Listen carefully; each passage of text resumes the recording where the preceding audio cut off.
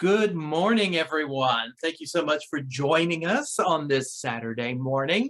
My name is Rob Fabian. I am the Chief Community Engagement Officer for Age of Central Texas, and we are so glad that you're with us this morning for our Caregiver Training Camp.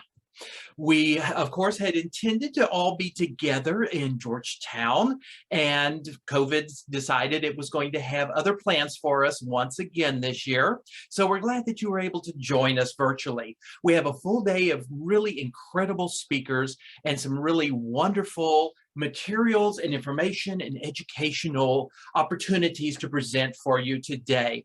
We designed this program and this conference along with our friends over at the Williamson County EMS to help caregivers find the resources and the information they need to assist them in their journey. We have some terrific speakers who are going to have some great information for you this morning. And before we get started, let's do some really quick housekeeping. Obviously, we are recording these sessions for you. And so if you have any technical issues on your side, you need to leave at any point today. If you miss any of the sessions, don't worry. Because we're recording them, we are going to upload them all onto YouTube. And then later next week, we're going to send you the links. So that way you will have the opportunity to go back and watch them later, to share them with family or friends, and have them as a resource. We're also going to be sending you quite a number of resources. We're going to send you our Caregiver Playbook. We are going to send you our caregiver resources. We're going to send you a program for today's sessions, and all of those will be coming in email to you early next week. We're also going to be sending you a survey. It's a very quick online survey, and we ask that you please fill that out for us because that really helps us in designing these conferences. We want to know what are some of the issues that you're working through as a caregiver. What are some of the topics that you would like to see us present for you? And we will take that information, and I guarantee you, we read every single survey that comes to us. We will take that information and we will use that for all of our future conferences. And because these events are for you, that's why we do this, is to provide you with the resources that you need so that you can be more successful in your caregiving journey. Finally, right down here at the bottom of your screen, you have a chat feature. It looks like one of those thought bubbles that you see in the comic strips. Click on that, and during the presentations today, we want you to ask your questions. We have the experts here for you, so ask your questions while they're presenting. At the end of each presentation, we're going to take some time for a Q&A, and we're going to answer your questions. So be sure and ask those questions that are important to you. Now, if for some reason we run out of time after each session, because we want to stay on time, we want to honor your time today. If we run out of time to answer all of the questions, don't worry. We are still going to answer your question. We will send you a direct email personally and give you the answers and the resources that you need. So that's it. It's going to be a wonderful day today. We're going to start this morning with Mary Etuck. She is with Age of Central Texas with our Caregiver U education program. Mary is our program associate, and she helps with educating caregivers with all of the resources and the information they need to be successful. So Mary, I'm going to ask you to unmute for me, please. And I am going to turn it over to you as we talk about, I'm a caregiver, now what? Thank you so much, Rob, and good morning, everyone. As Rob said, my name is Mary Etuck. I'm a program associate with Caregiver U, a program of Age of Central Texas. Next slide, please.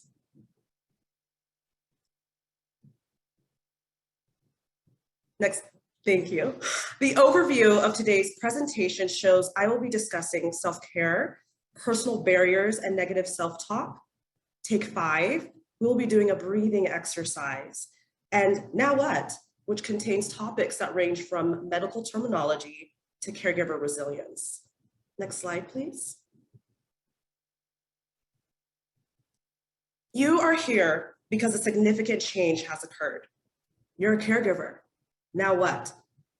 Some of you may not see yourself as a caregiver quite yet. You're more a care partner. A care partner is a person who supports their person by sharing certain daily tasks with them. For example, your person still has the ability to cook, but needs help cutting vegetables or getting things from the top shelf. You're working together to make sure the meal is made. A caregiver has more responsibility to their person. They are not doing things with their person, but for them or to them. For example, your person is unable to brush their hair, so you, as their caregiver, would brush their hair for them. Whether you're a caregiver or a care partner, your new role is not without challenges. I hope to help guide you in these beginning stages for what may be a tough, yet at times rewarding journey ahead. Next slide, please.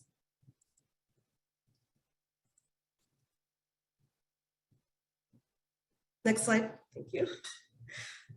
There may be a lot going on right now. New tasks, appointments, medications you cannot pronounce, schedules you need to make, and the list keeps growing. There may be feelings of overwhelm or frustration, and how am I going to do all of this? The varied emotions and thoughts you're experiencing are very normal. Keep in mind that you are not alone, and that first and foremost, you must take care of yourself. Breathe. Breathe. There is much help available to you. Your attendance here today is a great first step, or third step, making yourself a priority. All too often, caregivers forget or do not factor themselves into their day or week or month or year. The mental, emotional, and physical strain of caregiving you're about to experience or are experiencing is very real. Taking care of yourself is of the highest priority. Numerous caregivers find it difficult, if not impossible, to balance both care of themselves and their person. Their primary focus is on their person and not on themselves, resulting in sleep deprivation, poor eating habits, failure to exercise, failure to take needed daily breaks, failure to rest while ill, and postponing or failure to schedule medical appointments for themselves. Making yourself a priority does not have to be an elaborate event of going to the spa or a night out on the town or taking a few days off. Self-care can simply be making yourself a cup of tea, lighting a candle, listening to music, or writing a love note to yourself. The time to start thinking about making yourself a priority in your caregiving is now, today. Next slide, please.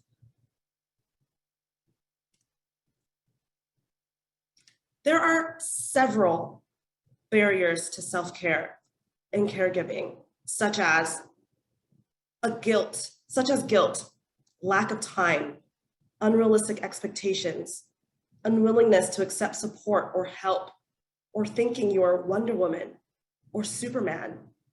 It is important to recognize and explore your own personal barriers. For example, is it selfish to put your needs first?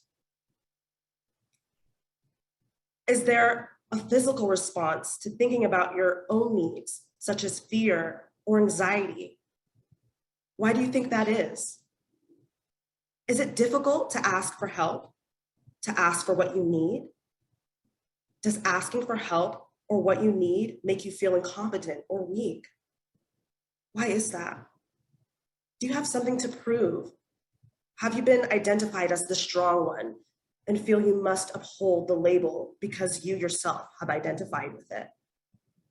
Caregivers sometimes have the wrong idea, thinking, if I don't do it, no one else will, or no one can care for my person like I can, or I made a promise to care for my person. I would like to do a little interaction this morning with you, the caregiver or care partner, and explore the question, is it difficult to ask for help, to ask for what you need? I will give you some time to put your answer in the chat. The question is it difficult to ask for help, to ask for what you need? Please explain why it is hard for you to ask for help in the chat.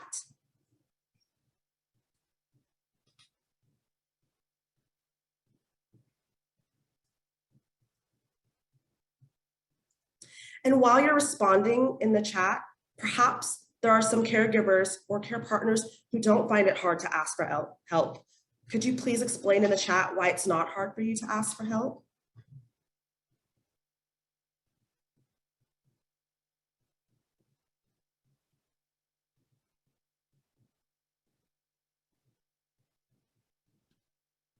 So one of our caregivers says that feeling guilty is one of the big problems, and getting angry with the whole situation and its roadblocks. Another caregiver says that I'm not having a great experience in trusting the people that I ask for help. Instead, I'm getting judgments instead of assistance. Another caregiver says that I feel like it's my sole responsibility to take care of my mom. Another caregiver says, I really don't have anyone to go to ask for help. Another caregiver says that it's become easier to ask for help as the needs of my mom have gotten greater since I cannot do it all. That's wonderful. Another says that nobody wants to help because my dad is difficult. Another caregiver says it's hard to know who to trust. Another caregiver simply says, I'm not sure about whether or not if it is difficult to ask because this is all a brand new experience to me. Another caregiver says, yes, it's difficult to ask for help because I don't want to impose on others or feel indebted. Another says, yes, at times, sometimes people are unreliable. They'll say, hey, let me know if I can do anything. And when you call, they're just too busy to help. Another caregiver says, I was raised to be independent and not ask for help, so it's really difficult to ask someone to help me. Another caregiver worries that if they ask for help, they might be seen as being offensive or ugly. Another caregiver simply says, I think pride and ego get in the way. Yeah. Another says, it's hard because I feel I don't know what I'm doing. I feel judged. And because of that, I don't have much of a life. Thank you so much, Rob, for reading those responses. And thank you to the caregivers who responded and being so open and transparent. I really appreciate the insight and your transparency. Thank you so much. Next slide, please.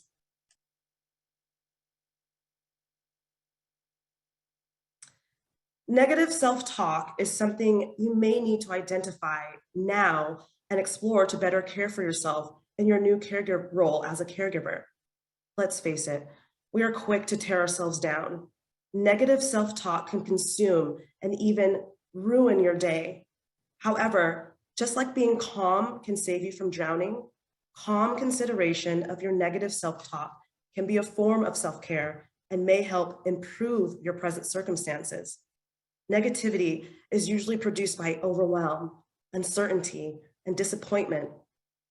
When negative self-talk rears its monstrous head, you can breathe and consider where the source of the problem is that is creating such negativity. To illustrate, the pharmacy closes at a certain time and it is important for you to pick up your person's medication. However, one thing after another occurs, and by the time you get to the pharmacy, it is closed. You become frustrated and near tears because the day has been a series of unfortunate events, and the pharmacy closing is a straw that breaks the camel's back. Parading in is negative self-talk, and it may sound like this: I can't do this. I've let my person down.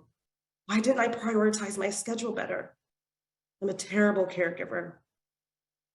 Carefully consider where all this negative self-talk is coming from. Is it coming from how the day went? Managing your time? What other things in your life are contributing to the negative self-talk? Please remember that a lot happens in a day. unplanned things, and you are doing the best you can with what you've been given. Taking a breath to calmly consider where your negative self-talk comes from will help you come up with solutions rather than adding more problems. Next slide, please.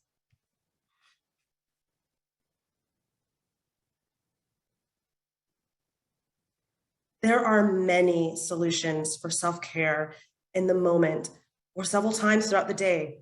Remember that part of Sesame Street where the count would give the number of the day?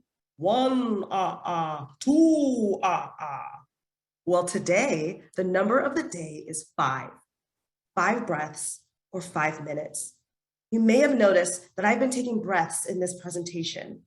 When you're feeling stressed or overwhelmed, taking 5 breaths or 5 minutes is a great way to relieve stress, recharge, and clear your head. It can be done anytime, anywhere. We're gonna do 5 short breathing exercises, taking 5 deep breaths. When I say inhale, you're gonna inhale for a count of 5, counting in your head. Hold your breath for a count of 5 or as long as you can.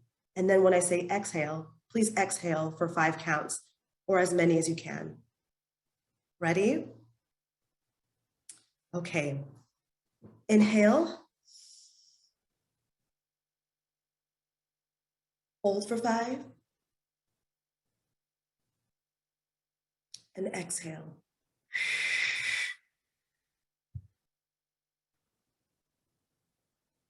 Inhale.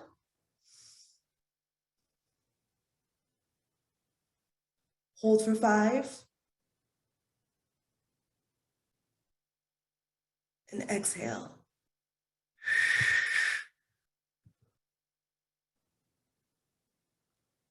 Inhale.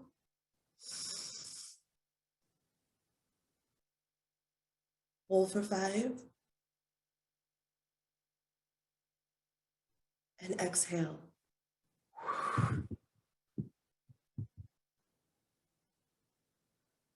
Inhale.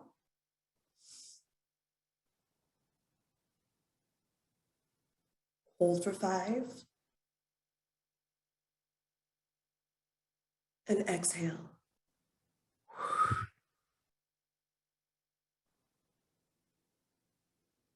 Inhale.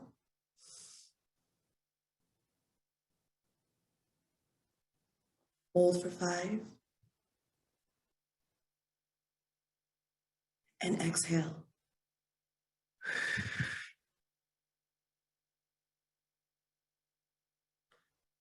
Well done. Do you feel a little more relaxed? More focused? Nothing at all? Repeat the 5 breaths at your leisure. 5 minutes is plenty of time to take a walk outside, fill your water bottle, play a game on your phone, text a friend or family member to just check in, or watch a video on YouTube, or just cut some vegetables for yourself. Taking 5, whether that's 5 breaths or 5 minutes, can be very effective when caring for yourself. Next slide.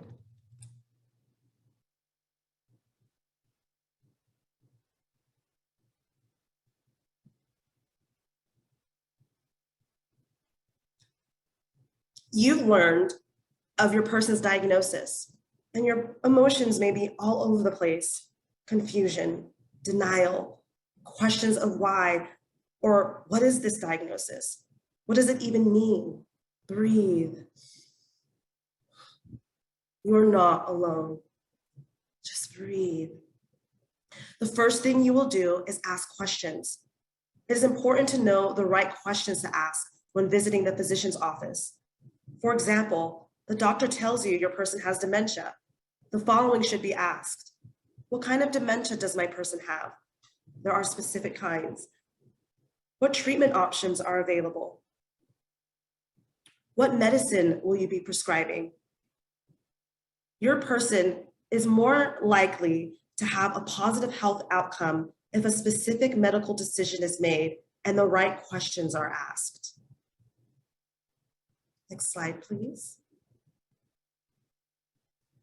You are going to hear a lot of medical terminology. It is good to get familiar with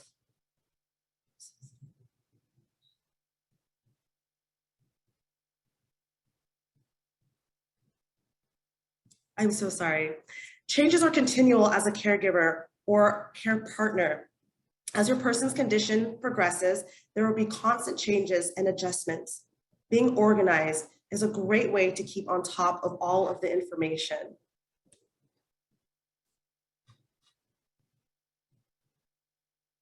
And medication you're learning and gathering and dispensing. Figure out your organizational style.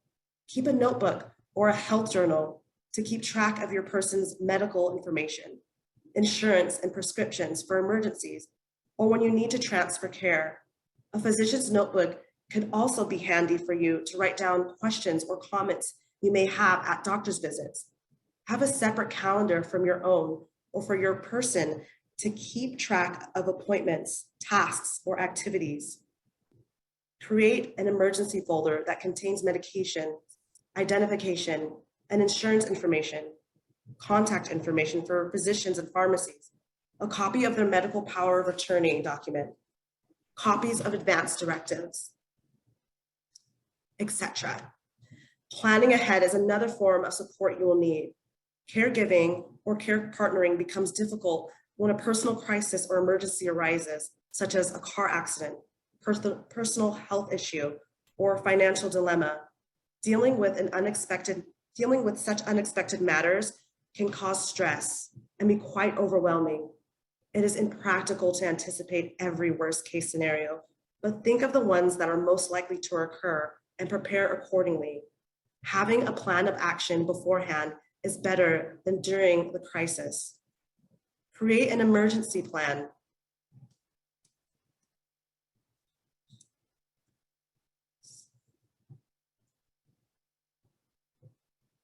By putting a binder together that contains legal and medical documents, diet, and daily routine. Make sure anyone who reads it can understand it.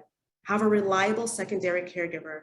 If that is not possible, consider respite care, which is a great short-term solution for emergencies. Next slide, please.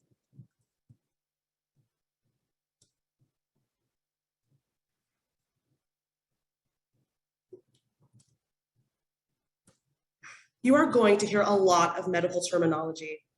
It is good to get familiar with them as they are often used. I will share a few of the most commonly used ones here. ADL.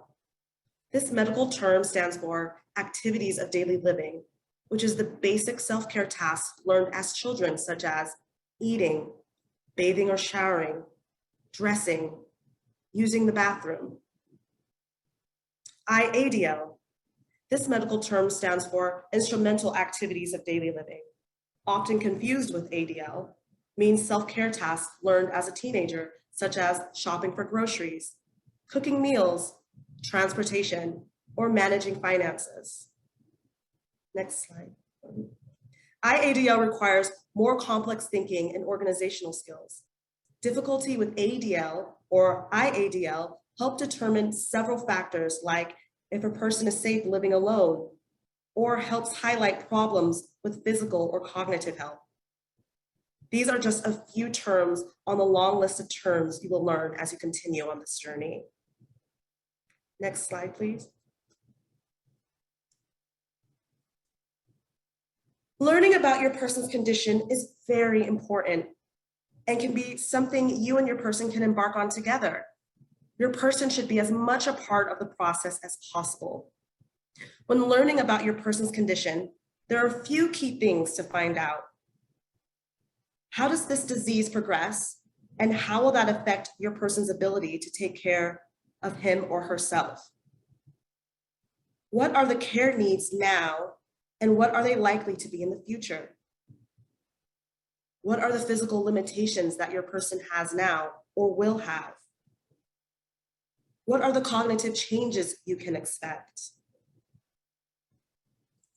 There are plenty of resources at your disposal via the internet, the doctor's office, or your local community programs. If you are learning using the internet, stick to web addresses ending in .org or .edu. Use a discerning eye when researching .coms.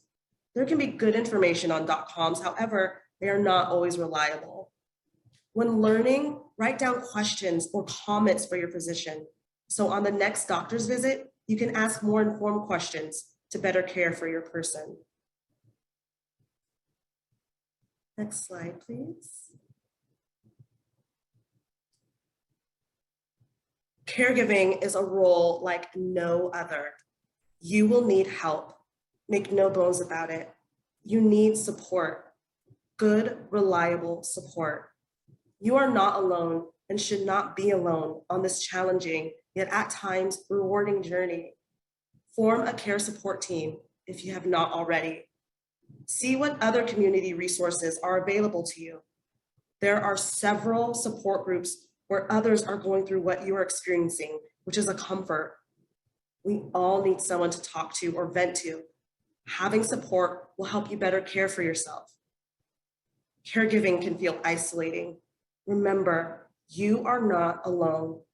There is plenty of support. Take the time now to make yourself aware of such services. Next slide, please.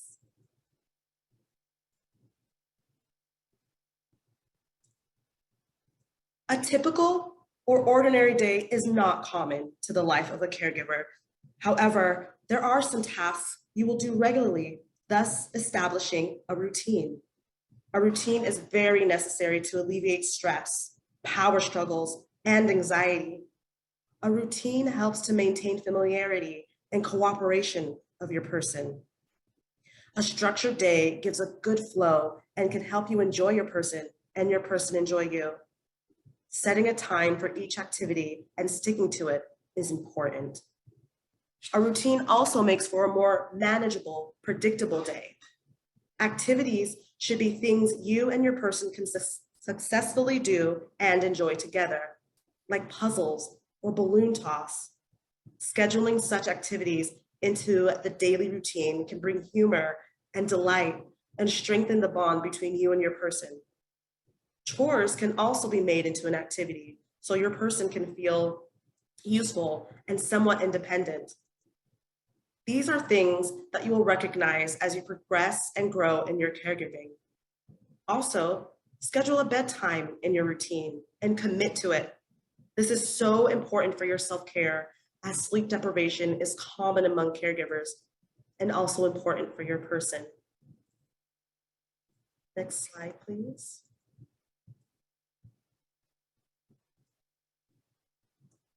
Asking for help seems to be hard for anyone, let alone caregivers. We seem to believe we can handle life's curveballs on our own. If you know anything about sports, it takes a team to be successful. So it is in caregiving. It takes a team of a different sort, but a team to be successful. You cannot do this alone. Ask for help. There is much help available to you. Learning now to accept help will make it much easier on you as the condition of your person progresses. If you recognize you struggle with this, start small by accepting a light bulb change, mail pickup, or meals being delivered, which will give you the occasion to socialize and change the atmosphere of the household. Make a list of things you need help with, so when someone asks, you can have a ready response instead of, oh, I can't think of anything. Accepting help is also important for your self-care. Next slide, please.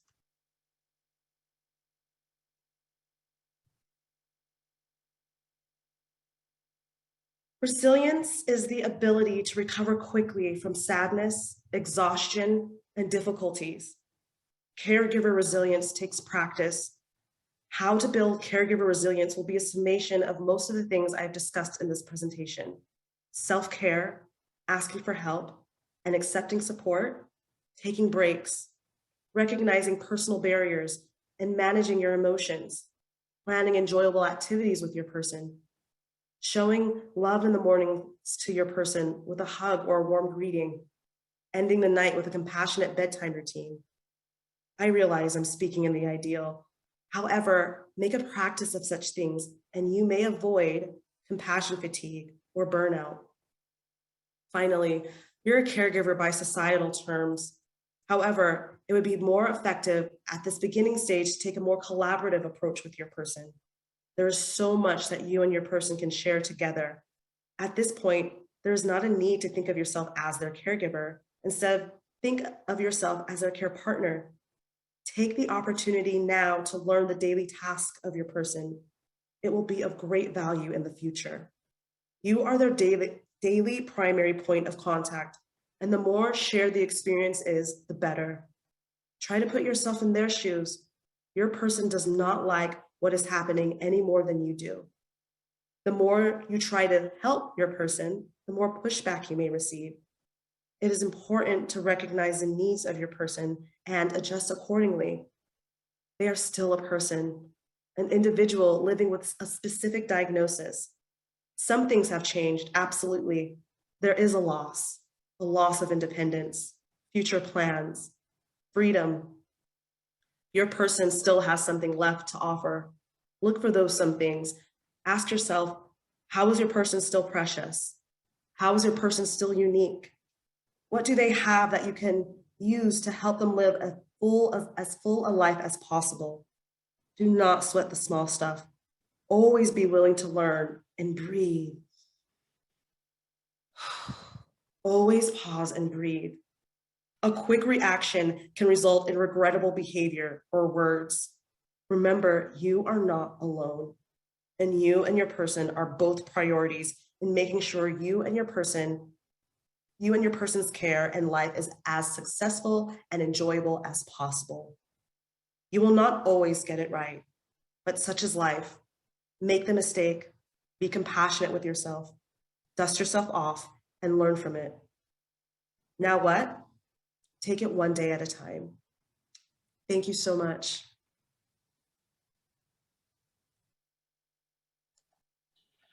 All right, thank you so much, Mary, for all of that great information and for all of those great suggestions. This is the time for you to ask your questions. Type those into the chat box and we will answer them for you.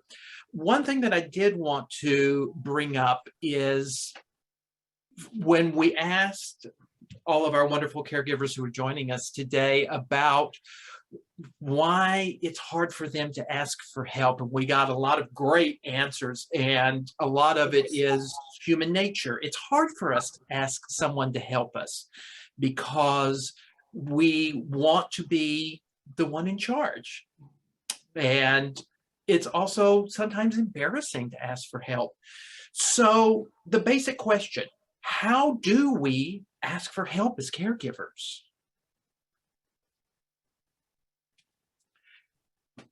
I know that for a lot of us, as you mentioned, it's hard for us to ask for help because we don't know what to ask for. A lot of times that's difficult for us. We're not sure exactly what it is that we need.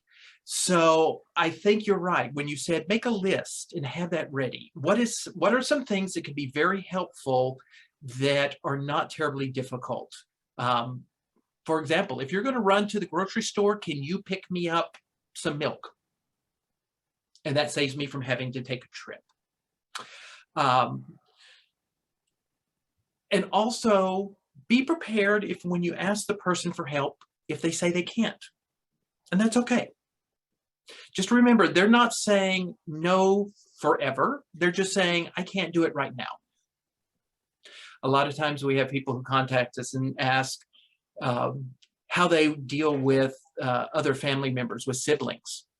You know, they're the ones that's taking care of mom or dad by themselves, and they ask the sibling for help, and the siblings don't offer help, but they will offer lots of advice and tell you why you're doing everything wrong.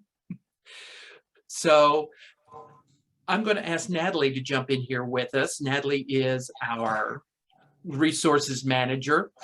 Natalie, help us out with some of these issues when we've got family members who are not being helpful. We feel like that they have dumped it all on us. How do we navigate that with the family? How do we bring them back into being an active part of this caregiving journey? Because it's their parents as well. Right. That can be challenging. Maybe asking, from what I've learned from caregiver support groups, maybe asking the particular family member who has distanced themselves what they would feel comfortable doing. We all have our strengths. And so figuring that out when it comes to specific friends or family is a way to start that conversation. What do you feel comfortable doing? How would you feel comfortable helping? Is that grabbing a few items when you go to the grocery store? Is it sitting with your person for a few hours so that the primary care partner can take a break? Does that person need some activities to help guide that time?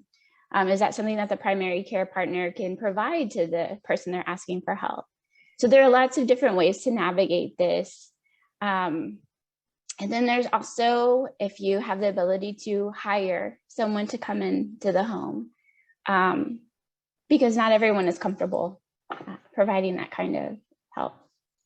That was one of the questions someone asked was, is there ways to hire someone to come in to help you? And of course, the answer is yes. There are lots of wonderful companies that do provide that. And they're asking, how do you contact someone? How do you find that resource? Right, you can always contact us at Age of Central Texas. There, as you'll see, as you maybe have done some research on your own about in-home care agencies, sometimes they have a minimum amount of hours that they will come out to your house.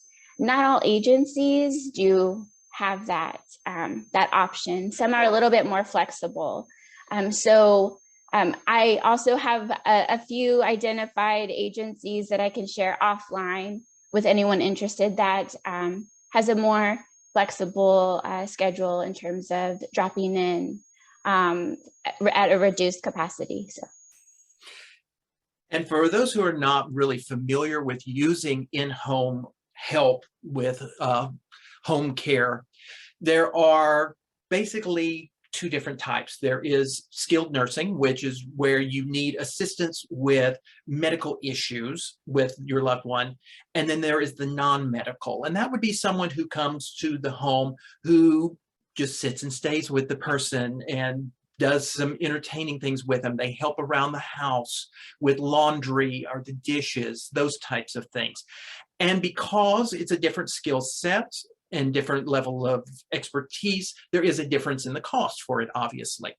And so that is one thing that we here at Age of Central Texas can assist you with. Natalie is our director of our Caregiver Resource Center, and you can always contact her and she can help you, walk you through some of those differences and help you find those resources. We know a lot of wonderful vetted resources here in the community that can assist you, and we can kind of help you narrow your search on where you can find those types of resources. One person asked, how can I help engage siblings who live far away? I'm here, I'm taking care of mom and dad. The siblings are off in other parts of the country. How can we get them to help us in our caregiving journey as we're caring here physically? Right, again, that's going to look different for each family. Somebody mentioned in the comments that, comes down to family dynamics, and that's completely true. So is that sibling who is far willing to help? And in what capacity? It could be that maybe they do the grocery orders that can be done online. Maybe it's just calling once a day or a few times a week and sitting with your person on the phone to have a conversation so that you at least can take a few minutes to step away and you know that they're occupied on the phone. So it'll look different for each family. I also wanted to mention that several of the attendees have mentioned Caring Bridge. Is it Caring Bridge? Yes, caringbridge.org. And that's a platform that can be used to communicate with friends and family. And another way to just keep everyone in the loop and ask for help. Maybe a family member will read the latest update in think, oh, you know what, I can step in and I can help with this one task. That might be an easier way to bridge that communication in terms of asking for help or offering for that other person. And of course, with COVID, you know, we have all learned how to coordinate with each other from all kinds of different parts of the world. This being a perfect example, you know, being able to Zoom with some of your family members and have them be able to, your loved one be able to see them and hear them. And it would be as if they're there in the room with them. And so maybe set up a time once a week where we're going to all get together on Zoom and just visit, kind of like a little family reunion that we have online. So that's an opportunity as well. Another thing is that you can always ask family members to, if there's something specific that you need. We've all learned how to use Amazon and delivery from HEB and Walmart and all these other things. So they can always send things for you if you need them. You know, they may not be here, but they can still grab some groceries for you from somewhere else and have them delivered to the house. One person was asking about if we have resources for other states. So Age of Central Texas is a nonprofit that was created right here in Central Texas, and our area of service is the 4 counties of Central Texas, of Travis, Williamson, Hayes, and Bastrop counties. That's who we serve. However, there is an organization called the Area Agency on Aging. We have one right here in the Austin area that serves 7 counties.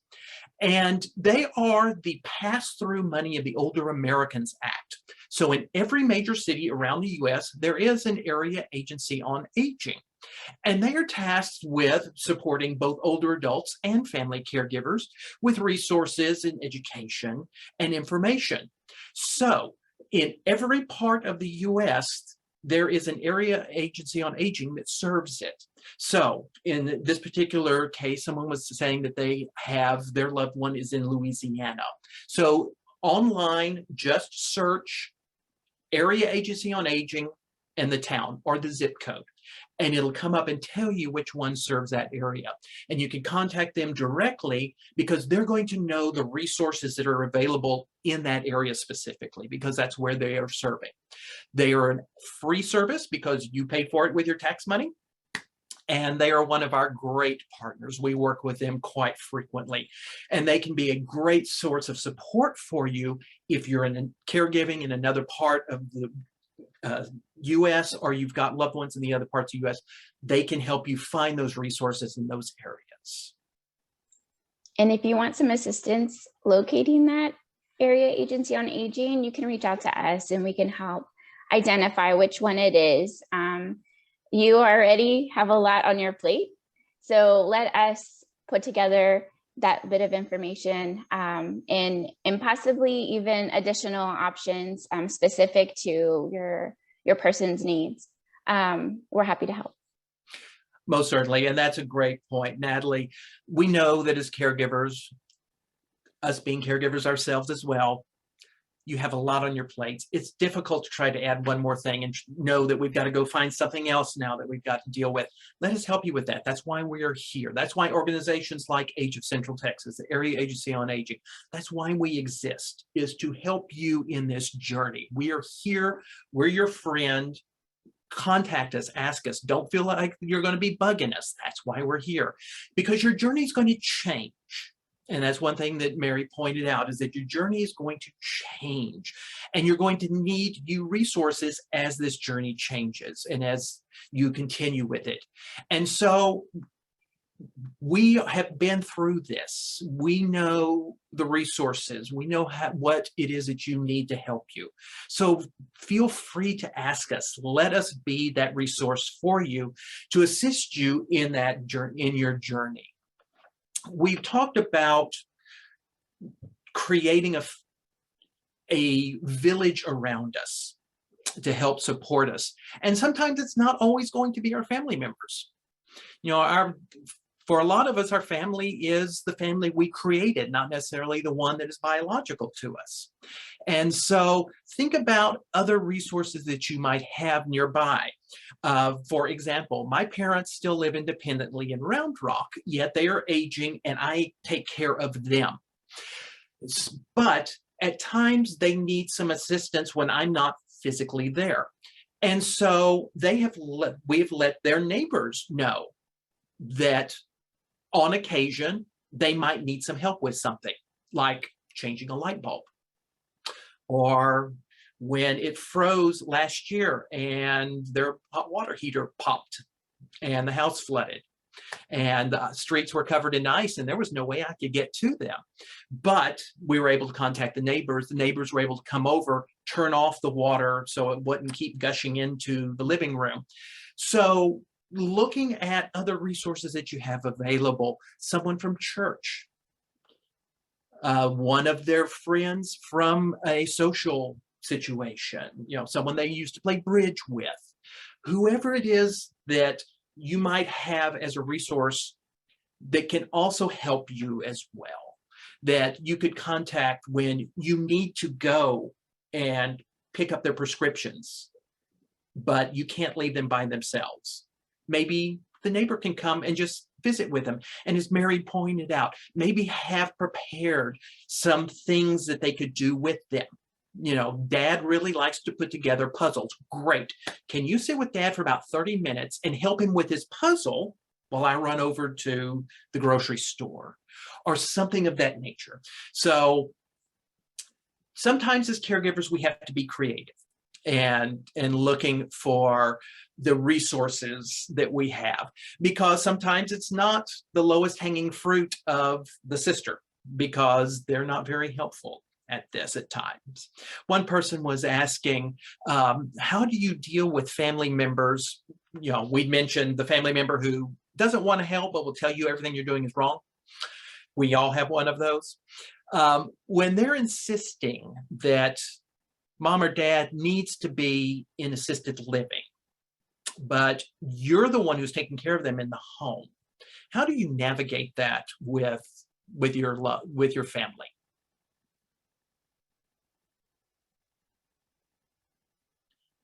Natalie, what kind of suggestions would you have? I'm going to put you on the spot, I know. Oh no, it's okay. These are really great questions and challenging ones. Let's see.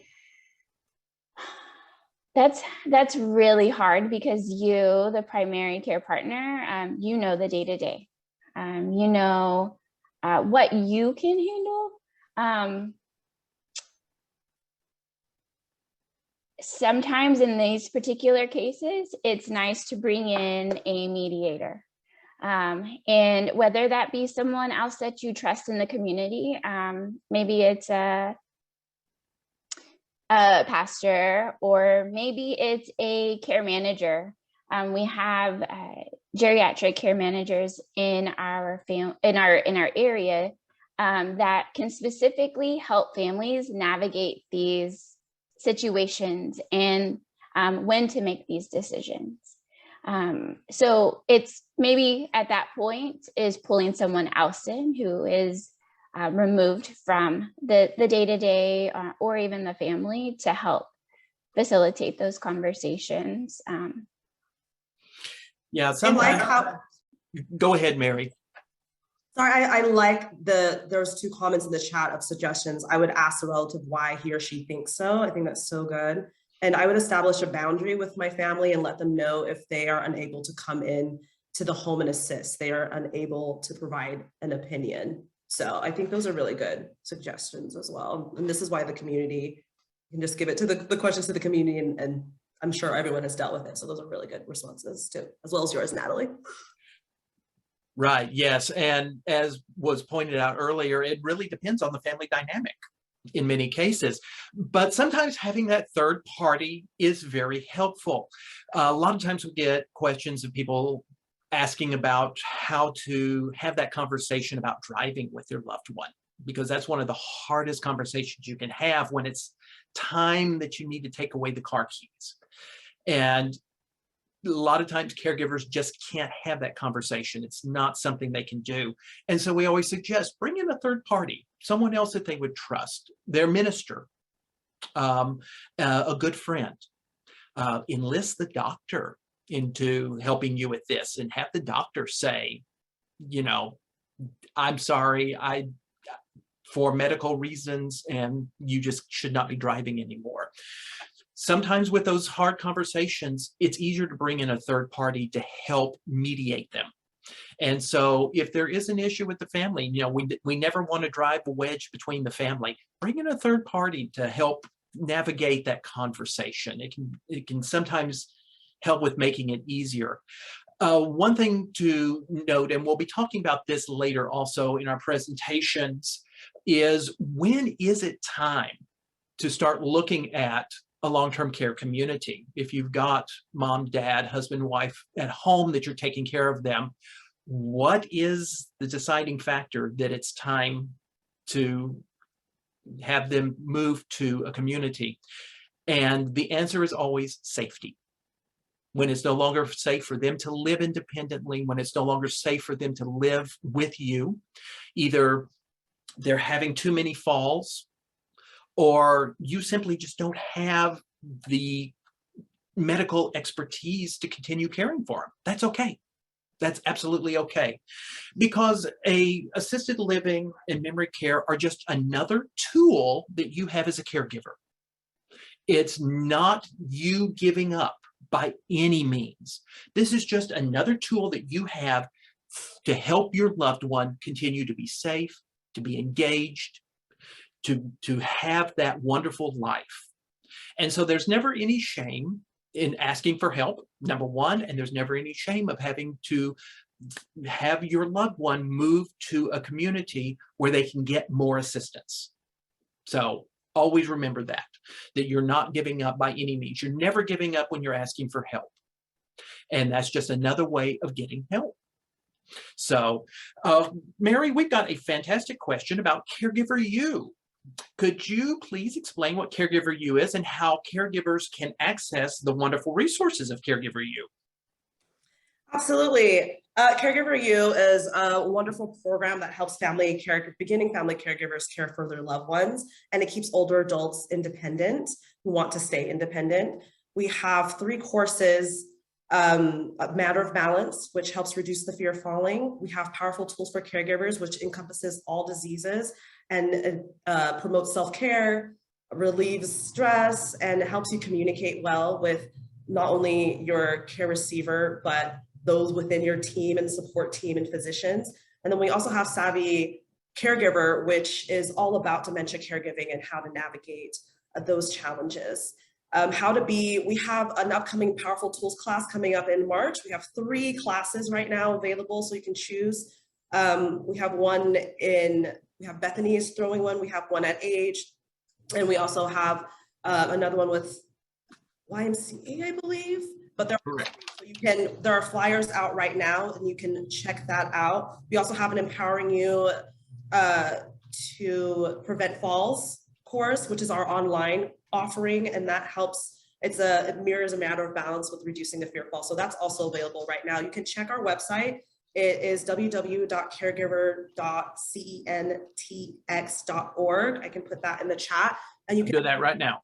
Oh, thank you so much. And you can check for upcoming classes that are coming, and those are ways that you can get involved. And also spreading the word, telling your friends about it, and letting them know that these classes are so amazing and so informative, and they're evidence-based and research-based. So I hope that answers your question. Yeah, when we send all these yes, thanks for asking that. When we send you these great resources early next week, we are going to send you all the information about Caregiver U and the classes that are available. Caregiver U is a program that offers caregiver education year-round. So there are constantly classes going. One will start, one will end, another starts, and they are constantly going. We offer them both in person. Of course, COVID put a damper on that, but we are starting to go back to in-person classes all across the 4-county region in person, but also we have a lot of online classes as well. So those are offered throughout the year as well. So you can just go to the website. I put it into the chat for everyone. It's Caregiver U, CENTX. So the abbreviation of Central Texas, Caregiver U, CENTX.org. Just click on find a class, which will be up at the top. Click on it, and it'll give you the list of all the current classes that are happening and coming up. And again, some of them are in person, and there's a bunch of them that are happening virtual. They're all absolutely free. So that's the big thing. They are all and always will be absolutely free classes, and they are a tremendous resource because these are evidence-based classes, meaning that the information has been test-driven by universities, it's been studied, and it's known to work. So it's wonderful, tremendously good information that can help you in your caregiving journey and can also help with your older person, because we do also offer those fall prevention classes as well. Can I jump in real quick? Please do. So, excuse me. I also wanted to mention, I don't know if you did, Mary, sorry if you did, that the March class that is the Powerful Tools for Caregivers class will be led by Mary and myself. So if you sign up for that class, you'll be working one-on-one with us. And you will love it. Join us. You will Yes. love it. We'll have so much fun. And also, all of this information that's discussed, the classes, all of this will be sent out next week in an email. So if you do not have time right now to grab the link from the chat, don't worry about it. And I also see that there are a few other questions that came in the chat, and I have saved it. So you will be hearing from us. But yeah, I just wanted to mention that real quick. Yeah, again, don't be afraid to ask those questions. If it's a very personal question, we're not going to call you out. We're going to send you an email specifically and answer your question. One of our very good friends who is a long-time caregiver and who also runs an amazing organization called the Caregiving Cafe, Lynn Greenblatt, is online with us this morning. And she noted that another good reason that you might want to look at moving your loved one into a long-term care community is when you simply can't handle the caregiving anymore by yourself. And that is okay. Because remember, we're not super people. You know, I often speak to elementary school students about aging and caregiving, and it's kind of hard to find a way to connect with them because these are young kids who think their parents are old and their parents are in their 20s. And so they don't really have a concept of aging and caregiving. So what I've hit upon doing is I will ask them, how many of you, when you get to high school, you are going to take driver's ed, you're going to learn how to drive a car, and you're going to get your driver's license? All their hands go up. I say, okay, how many of you in about, 40 or 50 years are going to have your parents move into your home with you, and you're going to take care of them for the rest of their lives? How many of you are going to do that? And none of their hands go up. And I say, okay, here is the reality. For every person out there who's driving a car, that's about how many people are helping care for another person in their life. The difference is you learn how to drive a car, but nobody really ever teaches you how to be a caregiver. And that's true. You know, we don't study this in school. It's not something that is inherent within us. We don't really, as a society, be trained how to be caregivers for our family members, for our parents, for our spouses. And so it's okay to say, I just can't do this anymore. That's all right. You're a human being, and that's okay. That's why there are organizations like Age to Help You. That's why there are places where your loved one can be, that they can live and be safe, that you still can be a major part of their life. And that's why we're here, is to help you through that journey when you decide, I'm lost, I don't know what to do next, I need the help. That's why we're here. That's why we're having these open discussions today. That's why we're having these presentations, to help you manage what can be a difficult part of your life. It can be a really rewarding and amazing part of your life as well. I have gotten to know my parents so much better by being their caregiver, and I wouldn't trade it for anything in the world. But it has been very difficult. You know, my father had a stroke 2 years ago, and it's been very difficult navigating a new normal with him during the middle of a pandemic, having a massive freeze last year on top of it, and then seeing my mother decline because of the stress of her taking care of him. You know, those are very hard things to go through. And I'm going to be honest with you guys, because, you know, we're all being honest with each other. It is hard. It is very difficult. But I'm very grateful that I've got resources like Age of Central Texas to help me in this journey, because I wouldn't know what to do if I didn't have the people to ask. And so that's why we're here, is to provide you with that support, the answers, to help guide you through all of that.